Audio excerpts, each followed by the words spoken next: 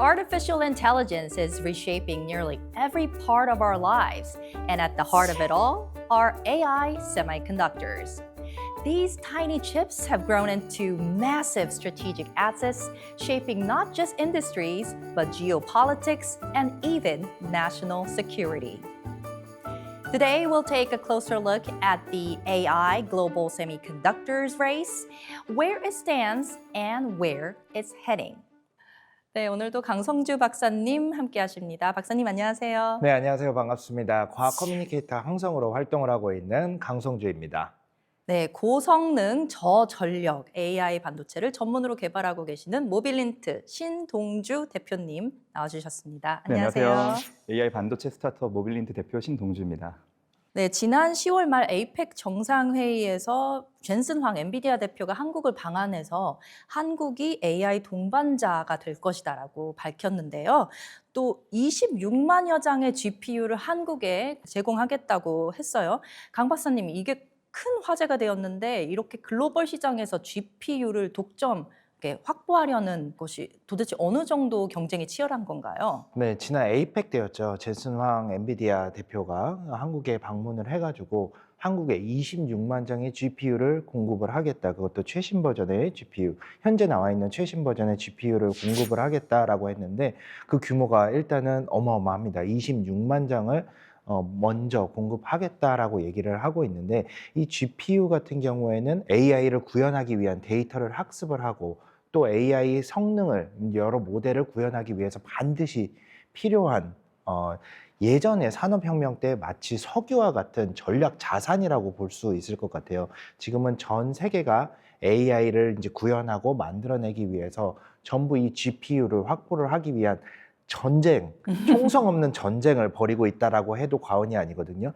그런데 우리가 주목해봐야 될 점은 이 26만 장이 과연 어느 정도의 양이냐라고 봤을 때 일본이 전략적으로 확보를 하려고 하고 있는 GPU의 숫자가 대략 한 8만 장, 5만 장에서 8만 장 정도 되고 있습니다. 그런데 이 26만 장을 한국에 먼저 공급을 하겠다라고 엔비디아 대표인 젠슨 황이 얘기를 했던 경우에는 우리나라의 AI 성장 잠재력을 우수하게 봤던 게 가장 큰 점이었고, 그 다음에 시장에 우리 지금 현재 많은 사람들이 AI로 활용하고 있는 이 시장의 성장 잠재력도 함께 봤다고 얘기를 할 수가 있을 것 같아요. 이 26만 장이면은 우리나라 대기업뿐만 아니라 중소기업 또는 스타트업도 충분히 활용할 수 있는 충분한 양이라고 볼 수가 있고요. 그리고 이 26만 장을 공급받음으로써 다른 나라 또는 다른 기업들이 1년, 2년 기다려야 되는 이런 사태들을 우리는 조금 더 앞서서 빠르게 AI 시장을 발전시킬 수 있는 기회를 얻었다, 이렇게 볼 수 있을 것 같습니다. 네, 엄청 파격적인 제안과 또 기회네요. 네, 맞습니다. 네, 대표님, 이렇게 글로벌 시장에서 GPU 확보 경쟁이 치열한데 그럼 엔비디아가 글로벌 시장에서 압도적으로 우위를 선점하고 있는 이유는 뭘까요? 일단 결론부터 말씀드리면 엔비디아의 제품이 좋고요. 그리고 경쟁력이 뛰어나기 때문인데요. 엔비디아 제품에 여러 가지 경쟁력이 있지만 크게 한 3가지 정도가 주요할 것 같습니다. 일단은 첫 번째는 이 AI 반도체여서 하드웨어도 중요한데 사실 소프트웨어가 되게 중요하거든요. 이 AI 반도체를 실제 활용하려면 소프트웨어가 필수이기 때문에. 근데 이 엔비디아가 구축해 놓은 소프트웨어 생태계가 거의 업계의 표준으로 쓰인 지가 꽤 오래되었습니다. 우리가 흔히 플랫폼이라고 말하는. 네, 소프트웨어 플랫폼일 수도 있고요. 그리고 쿠다나 이런 라이브러리도 있고 다양한 이제 소프트웨어 스택이 있는데 여러 가지의 소프트웨어 스택이 엔비디아가 갖추고 있는 게 거의 업계 표준으로 활용이 되어 있고요.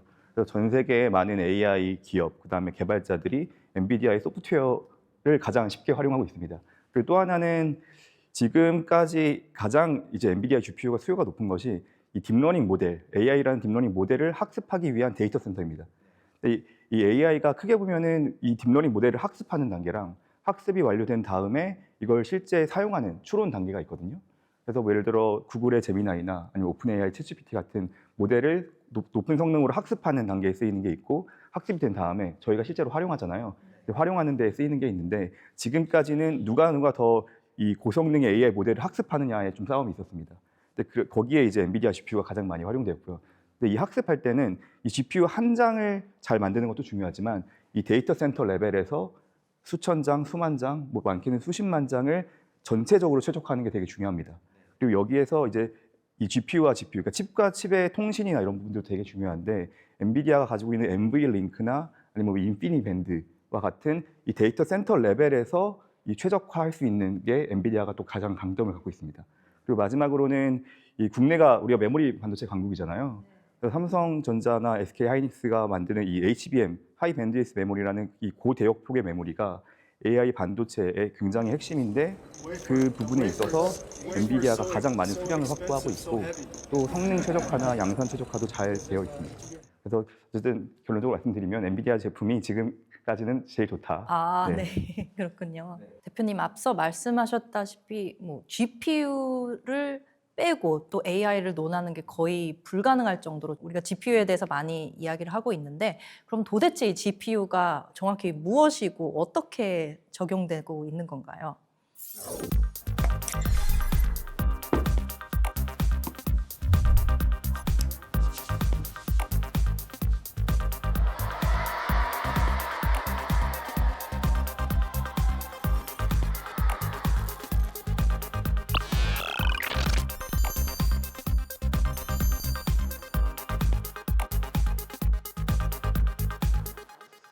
사실 GPU는 좀 기술적으로 먼저 좀 말씀을 드리면은 원래 처음에 이런 다양한 알고리즘을 처리하게 개발된 프로세서가 CPU였거든요. 인텔이나 AMD, 뭐 요즘에는 ARM의 CPU 같은 이 Central Processing Unit이라는 원래 CPU에서 대부분의 그런 뭐 프로그램이 돌아갔었습니다. 근데 그러다가 처음에 이제 그 그래픽 분야에서 이 그래픽이라는 것은 요즘에 뭐 4K TV, 8K TV 하면은 그게 이제 픽셀이 4K 게 있는 거거든요. 4K, 2K 있으니까 8메가, 800만 개가 있는 건데 그 모든 픽셀에 대해서 동일한 연산을 해줘야 됩니다. 그러다 보니까 병렬 처리가 되게 중요했고 그러니까 처음에 만들어진 게 그 그래픽 프로세싱 유닛이라는 그래픽 전용 프로세서가 이제 개발이 됐습니다. 그래서 이제 CPU는 직렬 프로세싱을 잘하고 이 GPU는 병렬 처리를 잘하고 이 GPU가 그 후에는 꼭 그래픽뿐만 아니라 병렬 처리가 필요한 부분이 많으니까 GPGPU, General Purpose GPU인 범용 병렬 처리 프로세서로 진화를 했습니다. 그래서 처음에는 이제 그래픽 전용 병렬 처리 프로세서였는데 이게 그 범용 병렬 처리 프로세서가 됐고 사실 AI 알고리즘도 뜯어보면은 병렬 처리가 대부분입니다. 그러다 보니까 처음에 이 AI 모델을 연구자들이 개발할 때 엔비디아의 GPU를 활용했습니다. 그래서 그게 한 2010년 초였는데요. 그때부터는 이제 AI 모델이 발전하고 GPU가 발전하고 또 서로 시장을 키우면서 지금 지난 10년간 아마 엔비디아 주가가 거의 뭐 1000배 가까이 상승했는데요. 네. AI 모델도 한 1000배 이상 좋아졌습니다. 그래서 서로 이제 파지티브 피드백을 하면서 쭉 성장해 왔는데 그래서 이 GPU와 AI는 서로 이제 뗄 수 없는 상황이 되었고요. 근데 지금의 이 GPU는 범용 병렬 처리 프로세서이긴 한데 생각보다 AI에 많이 이제 특화돼서 또 발전이 되었습니다. 네. 그러면 현재 한국에서 AI 칩을 개발하고 있는 기업들은 NPU에 집중을 하고 있다고 들었는데 NPU는 또 뭔가요? NPU는 그 아까 GPU가 범용 병렬 처리 프로세서라고 말씀드렸는데 NPU는 사실 AI 전용 병렬 처리 프로세서입니다. 네, 그래서 NPU는 원래 GPU로 이제 AI 모델을 하다가 훨씬 더 높은 성능이 필요한데 GPU가 전력이나 가격이 비싸거든요.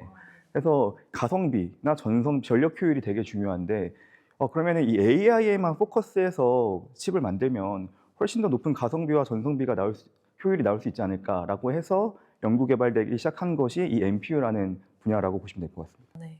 그럼 이런 칩들이 실제 어디에서 어떻게 쓰이느냐도 중요할 것 같은데요. 데이터 센터를 돌리기 위해서 필요한 AI 칩들 그리고 이런 온 디바이스를 활용하기 위한 AI 칩들 조금 다를 것 같아요. 어떻게 실제로 적용되고 있나요? 일단은 이 AI가 앞서서 설명드렸던 것처럼 학습이랑 추론에 나눌 수 있고요. 그래서 학습에 쓰이는 AI 반도체, 뭐 GPU나 NPU가 있을 수 있고 이 학습된 것이 실제 적용될 때 쓰이는 GPU나 NPU가 있을 수 있는데요. 그래서 그게 좀 나눌 수 있고 말씀 주셨던 것처럼 온 디바이스와 데이터 센터를 나눠 보면은 저희가 AI를 이용하잖아요. 근데 이 AI 뭐 챗GPT에서 질문을 하거나 아니면 뭐 어떤 카메라 센서 데이터가 들어왔었을 때 그것이 바로 처리되는 게 아니고 인터넷을 통해서 데이터 센터에 전달되고 데이터 센터에서 AI 처리된 다음에 결과가 다시 이용자에게 전달되는 형태가 이제 클라우드 컴퓨팅이라고 하고요. 온 디바이스 AI는 스마트폰, 뭐 PC, 아니면 뭐 드론이나 로봇, 아니면 뭐 자동차와 같은 그런 디바이스에서 AI 반도체가 직접 탑재돼서 디바이스 자체에서 AI가 처리되는 게 이제 온 디바이스 분야이고, 최근에 근데 이 온 디바이스랑 엣지 AI가 이제 좀 혼용돼서 쓰이는 경우가 많은데, 사실 거의 같은 개념이지만 조금은 다른 게 엣지라는 얘기는 지금 이 단말이거든요. 그러니까 앞서 설명드렸던 것처럼 이용자가 이 필요로 하는 AI가 이 저기 멀리 있는 데이터 센터 클라우드가 아니고 그 엣지 단에서 처리되면 엣지 AI인데, 그 엣지 AI 중에서 AI 반도체 칩이 디바이스 자체에 탑재되면 온 디바이스 AI고요. 그리고 디바이스 자체는 아니지만 예를 들어 지금 이 건물에 뭐 CCTV가 예를 들어 100개 있을 때 이 100개의 CCTV의 자체에 AI 칩이 탑재되면 온 디바이스. 그리고 CCTV의 영상이 어디 데이터 센터에 처리되면 클라우드.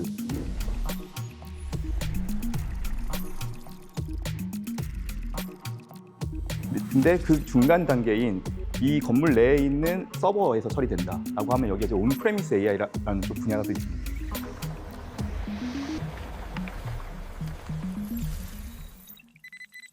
그래서 정리해서 설명드리면은 온 디바이스, 온프레미스, 클라우드 컴퓨팅으로 나눌 수 있는데, 보통 이 클라우드 컴퓨팅이 데이터 센터에 해당이 되고요. 이 온 디바이스랑 온프레미스가 엣지 AI 쪽으로 보시면 될 것 같습니다. 지금 그러면은 모빌린트처럼 한국이라든지 아니면은 다른 회사들이 집중하고 있는 AI 칩은 지금 어느 쪽이라고 볼 수 있을까요? 저희 회사는 이제 엣지 AI를 타겟하고 있고요. 그래서 온 디바이스랑 이제 온프레미스 쪽. 그래서 뭐 온 디바이스면 요즘 뭐 피지컬 AI도 되게 많잖아요. 그래서 로봇이나 뭐 CCTV, 스마트 카메라, 뭐 드론과 같은 곳에 직접 탑재되는 칩을 집중하고 있고요. 혹은 이제 온프레미스 엣지 서버 쪽. 그리고 저희 같은 회사도 있고, 또 국내에 뭐 리벨리온이나 퓨리오사 같이 데이터 센터 쪽을 또 타겟하는 회사들도 있어서 좀 여러 분야의 회사들이 있습니다. 네. 그러면 모빌린트가 개발하고 있는 AI 칩이 두 가지라고 들었어요. 에이리스와 레귤러스인데 이 칩들은 구체적으로 어떻게 쓰이는 건가요? 일단 온 디바이스부터 말씀을 드리면은 그 로봇이나 뭐 드론, 그 다음에 뭐 스마트폰이나 CCTV 같은 곳에 탑재돼서 두뇌 역할을 하는 이 온 디바이스용 AI 칩이 레귤러스입니다. 그리고 여기는 이 디바이스 내에 탑재돼야 되다 보니까 훨씬 더 컴팩트하고 전력 효율이나 가격 경쟁력이 굉장히 중요합니다. 그래서 여기에 최적화된 그런 칩이고요. 그리고 이 엣지 쪽에서 온 디바이스도 있지만 온 프레미스라는 예를 들어 건물에 뭐 CCTV가 100개가 있는데 100개를 모아서 다 AI 처리한다라고 할 때 필요로 하는 좀 더 고성능의 AI가 엣지에서도 필요한데요. 여기에 필요한 칩이 저희 이제 에리스 칩이고, 이것은 뭐 스마트 팩토리라든지 뭐 관제, 그리고 온프레미스 LLM, 요즘 그 LLM이 데이터 센터에서 처리되는 것도 중요하지만 뭐 정보 보안의 이슈라든지 뭐 가격 경쟁력 이런 부분들 때문에 엣지 서버 단에서 많이 처리가 되고 있는데요. 여기서 쓰이는 게 그 에리스 칩입니다. 그리고 에리스 칩이 올해 하반기부터 지금 삼성전자 파운드리에서 양산을 시작해서 고객사에 이제 납품이 시작되고 있습니다. 제가 모빌린트를 조금 찾아보니까 이번에 같은 가격에 엔비디아와 경쟁을 하면서 같은 가격에 약간 4배 성능을 추구를 한다, 4배 이상의 성능을 추구를 한다라고 하는, 어떻게 보면은 이게 일종의 가성비잖아요. 네네, 맞습니다. 그럼 가성비도 지금 같은 방식으로 이루어진다라고 볼 수 있을까요? 가성비는, 이런 가성비는 어떻게 이루시는 일단은 건가요? 결론적으로는 네, 아까 설명드렸던 같은 방법은 맞습니다. 결국에 각각의 요소 기술들이 최적화가 되어야만 그렇게 4배라는 가성비가 달성이 가능하고요. 왜냐하면 동일한 코스트를 가지고 더 높은 성능을 내려면 그 각 요소 기술에 있어서 최적화가 되어야 되고요. 그리고 저희가 그 부분이 가장 잘 돼 있기 때문에 이 코옵티마이제이션도 그렇고 이 기술 경쟁력이 있어서 그 4배라는 가성비를 달성을 할 수 있었었고요. 그리고 제가 이제 뭐 작년이나 재작년 인터뷰에서 우리가 그런 4배 정도의 가성비를 타겟하고 있고 지금 달성되었다라고 말씀을 드렸는데, 그 부분이 4배를 타겟한 부분, 사실 동일한 성능인데 4배 싸게 팔면 좀 손해잖아요. 그렇죠. 네. 그래서 저희가 사실은 지금 그 4배를 타겟한 이유는 저희 제품이 이제 양산되는 시점에 엔비디아, 그러니까 저희 경쟁 제품들도 GPU도 계속 가성비가 좋아지고 있습니다. 그래서 작년보다 올해 예를 들어 뭐 2배 좋아지고 있어요. 그래서 시장에 진입할 단계에 한 2배 정도의 저희가 가성비를 갖추려면 이 개발 단계에서는 4배 이상이 되어야 된다라고 생각해서 준비를 했었던 거고, 지금 현재 이제 시장에 진입하는 단계에서는 저희가 한 2배 정도의 가성비로 고객사에게 납품이 이루어지고 있습니다. 네. 또 글로벌 시장 진출의 속도를 내고 계시다고 들었어요. 네네. 또 모빌린트의 해외 진출 전략이라든지 비전이 있다면요? 일단은 결국 기술과 제품 경쟁력인데요. 이 반도체가 글로벌 경쟁에서 유리한 부분 중에 하나가 되게 테스트하기가 쉽습니다. 그러니까 고객 관점에서 보통 이제 국산을 쓰는 거는 해외 제품은 예를 들어 뭐 기술 지원이 잘 안 되거나 아니면은 서로 옆에 있어야만 그 비즈니스가 원활한 분야가 있는데, 사실 뭐 메모리 반도체도 그렇고 이 시스템 반도체, AI 반도체도 그렇고 고객 관점에서 이 반도체의 가성비나 전성비 그리고 뭐 호환성이나 범용성 아니면 뭐 제품의 완성도라든지 이런 부분들이 되게 클리어합니다. 비교 테스트가. 그래서 해외 제품이라고 하더라도 제품 경쟁력만 있으면은 도입하는 게 어렵지 않습니다. 그러다 보니까 저희가 기술과 제품 경쟁력만 확보할 수 있으면 글로벌 시장 진출이 충분히 가능하고요. 근데 또 반대로 국내 시장에서도 글로벌 경쟁이 없으면은 국산 칩들이 안 쓸 수도 있습니다. 그래서 이제 결국 그게 중요하고요. 그리고 이 해외 시장이 정말 많거든요.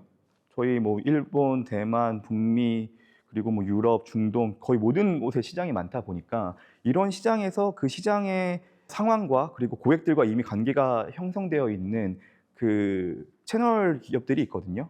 근데 저희는 그래서 그런 기술 영업, 저희가 함께 기술 영업이 가능한 채널 파트너들이랑 협력을 해서 좀 해외 시장 진출을 좀 빠르게 하려고 하고 있고, 그게 좀 빠르게 이루어지고 있는 부분은 저희의 칩의 완성도가 굉장히 높아서 전시회 같은 데서 그 라이브 데모를 하고 있거든요. 뭐 CES도 저희가 그 레귤러스랑 에리스 둘 다 이제 2년 연속으로 혁신상도 수상했고, 제품의 완성도가 높다 보니까 그 해외에서의 그런 파트너들도 이 제품은 충분히 우리가 가지고 있는 고객이나 시장에 팔 수 있겠다라고 해서 그런 협력 관계가 굉장히 빠르게 형성되고 있는 상황입니다. 이미 진행된 기업이나 국가도 있나요? 네, 저희 지금은 현재는 일본, 대만, 미국의 채널 파트너를 확보하고 있습니다.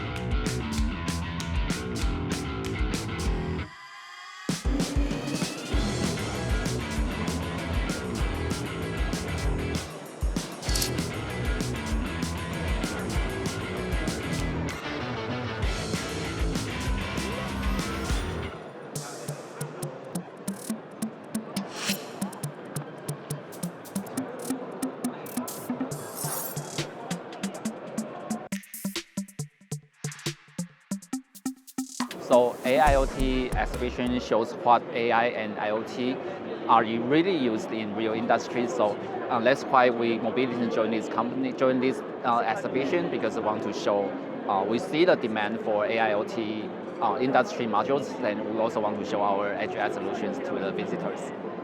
So we are using our MLA 100 PCIe card and MLX A1 AGI box, and we present the AI demos for manufacturing, robotics, and safety. And visitors can easily understand how AI works in our modules, and also we can show our AGI solutions to the visitors.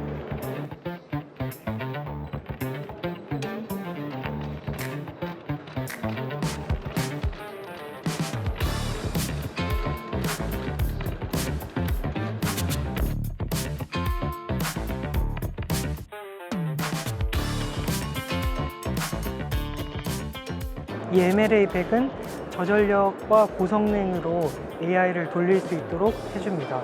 그리고 카메라 인풋과 그 센서 데이터를 실시간으로 처리해서 로봇이 주변 환경을 인식할 수 있도록 돕는 역할을 하고 있습니다.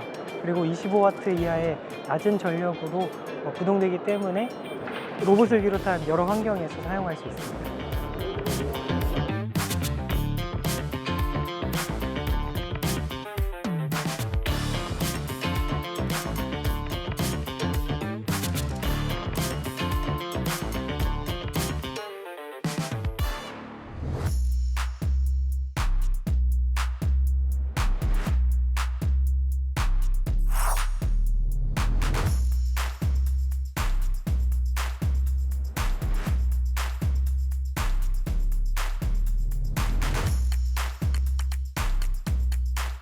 Korea's semiconductor industry also excels in these different AI technologies that we can value add to our controllers.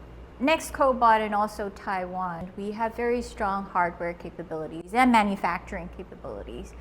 And this is where we can help Mobilint integrate their MPU or AI acceleration products inside. Another key value is Next Cobot has been developing this real-time motion software for 12 years now. So we have expertise in robotics, motion control, and also functional safety. So I think with this value add, we can foresee in the future more collaboration opportunities with Mobilint.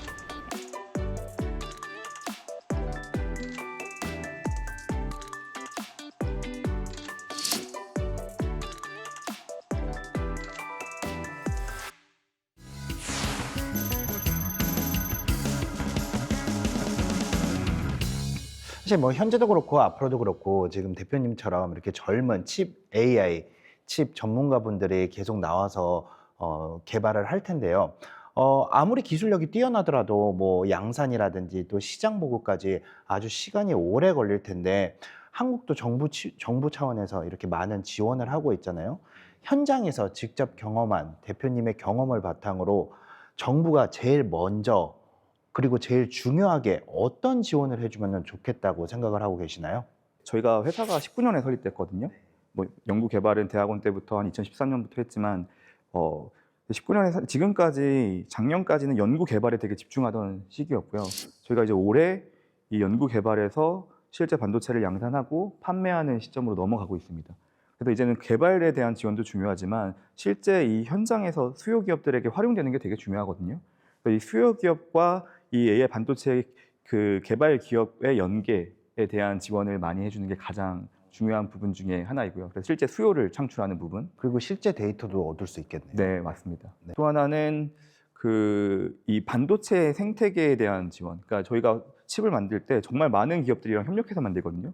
그러니까 저희가 아무리 경쟁력이 저희 기업 자체가 있다고 하더라도 우리나라 이 반도체 생태계, 뭐 디자인하우스 그리고 IP 기업, 그다음에 뭐 파운드리, 그다음에 이제 뭐 패키징 업체들도 그렇고 테스트 업체들, 이 전체의 생태계가 잘 갖춰지지 않으면은 경쟁력을 확보하고 유지하기 어렵기 때문에 이 반도체 생태계 전체에 대한 지원, 그리고 마지막으로는 지금 많이 지원해주고 계시지만 뭐 민간 자금이랑 정부 자금 해서 지난 10년간 한 500억 정도 자금으로 연구 개발을 해왔어요. 적은 자금은 아니지만 연간 수십억 원이라는 자금이 글로벌 레벨로 보면은 굉장히 작습니다. 경쟁사들이 진짜 뭐 수십조 원을 투자해서 하고 있다 보니까 그래서 그에 맞는 이 자금 지원이 조금 되어야 되지 않나 싶은데 방금 말씀드렸던 그런 부분들을 정부에서 이미 잘 파악하고 계시더라고요. 그래서 많은 기대를 하고 있습니다. 네, 아무래도 이제 집중적으로 지원을 하겠다라고 정부 차원에서 약속을 했으니까 이런 현장의 목소리를 잘 들어서 반영을 하지 않을까 생각합니다. 네, 마지막 질문 드리겠습니다. 모빌린트 현재 에어리스와 레귤러스가 있는데요. 앞으로 다음 목표는 무엇인가요? 다음 목표라기보다는 좀 이제 중장기적인 목표가 우리나라가 이 삼성전자랑 SK 하이닉스를 필두로 메모리 반도체 강국이잖아요. 저는 그래서 이 국내의 시스템 반도체 분야에서도 삼성전자나 이제 SK 하이닉스 같은 기업이 나와야 되고 저희가 이제 그 중에 하나가 되고자 하는 게 목표이고요. 뭐 글로벌 레벨로 보면은 어떻게 보면 제2의 엔비디아를 이제 목표하고 있는 부분이고 충분히 그런 저희의 그 기술 경쟁력이 있다고 보여지고요. 이 AI 반도체 분야에서는 우리나라가 이제 CPU나 GPU라는 시스템 반도체는 사실 좀 경쟁력이 없는 것이 좀 사실이지만 이 AI 반도체라는 NPU 부분에 있어서는 패스트 팔로워가 아닌 충분히 글로벌 리더가 되어서 플레이할 수 있다라고 말씀드리고 싶습니다. 네, 정말 무한한 가능성이 있는 NPU 시장 그리고 모빌린트의 활약을 기대하겠습니다. 네, 오늘 나와주신 두 분 감사합니다. 네, 감사합니다. 네, 감사합니다. 네, 감사합니다. Over the past 7 episodes of Decoded the AI Conversations, we've taken a closer look at how artificial intelligence is reshaping our world from opportunity to disruption to responsibility. We hope these conversations have helped you see not just where AI is today, but where is taking us next? This has been Hanol Kim. Thank you for watching.